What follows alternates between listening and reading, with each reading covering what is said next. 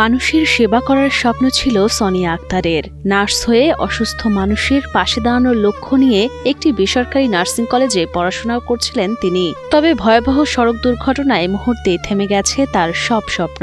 বর্তমানে নিজের ভবিষ্যৎ নিয়ে অনিশ্চয়তায় দিন পার করছেন 21 বছরের এই তরুণী।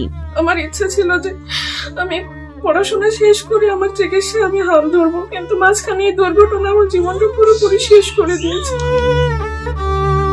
কুষ্টিয়ার দৌলতপুর উপজেলার তাজপুর গ্রামের কৃষক সায়েদ লস্করের একমাত্র মেয়ে সোনিয়া আক্তার। পরিবারের সীমিত সামর্থ্যের মধ্যেও মেয়ের স্বপ্ন পূরণে অটুট ছিলেন দরিদ্র বাবা। কিন্তু গত বছরের 30 ডিসেম্বর প্রথম বর্ষের ক্লিনিক্যাল প্র্যাকটিস শেষে বাসায় ফেরার পথে ভয়াবহ সড়ক দুর্ঘটনার শিকার হন সোনিয়া।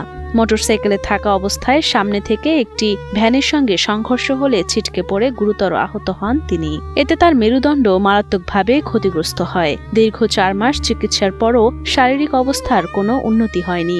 সেখানে ভর্তি ছিলাম, সেখানকার বিভাগীয় প্রধান শফিকুল্লাহ স্যারও একই কথা যে বাবা তোমাকে আমরা বাঁচাতে পারবো এরকম কোনো আশ্বাস দিতে পারবো না, তোমার লাইফ রিস্ক আছে, প্লাস তোমার প্যারালাইজড হবার চান্স আছে, তোমার স্পাইনের যে অবস্থা এটা অনেক শোচনীয়, তুমি যে এখানে দাঁড়াই আছো বা দাঁড়াইতে পারছো এটা তোমার আল্লাহর অশেষ রহমত।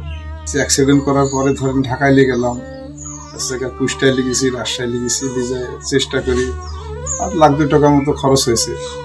আমার তো ধরেন সে অ্যাবিলিটি নাই, আমি এই টাকা মানুষের থেকে ধার ধর করে খরচ করেছি। খরচ করে আমার 5 কাঠা জমি ছিল, আমি এই জমি 5 কাঠা বিক্রি দিলাম। আমি তুলি বসাই, খাওয়া দিই, গোসল করা দিই, নিয়ে বেড়াই, আমি তার ফেলতে পারিনি।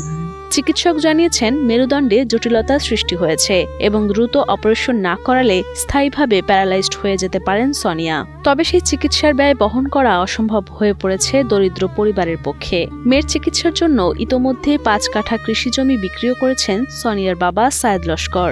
জমি বাড়ি বিক্রি করে এতদিন চিকিৎসা চলছে, এখন পুরোপুরি অসহায়, কোনো পথ কোন কিনারে খুঁজে পাচ্ছি না। এই দেশ, এই সরকার, এই সমাজ সকলের নিকট আমার একটাই আবেদন, আমাকে সুস্থ হবার জন্য ব্যবস্থা করে দিন। অসহায় পরিবারটির প্রত্যাশা সমাজের বিত্তবানদের সহযোগিতা পেলে আবারও সুস্থ জীবন ফিরে পাবেন সোনিয়া। এখন যদি কেউ হেল্প করে তাহলে হয়তো বাঁচাই, আল্লাহ যদি বাঁচায়, হয়তো 10 জনের হেল্পের মাধ্যমে হয়তো বাঁচবো।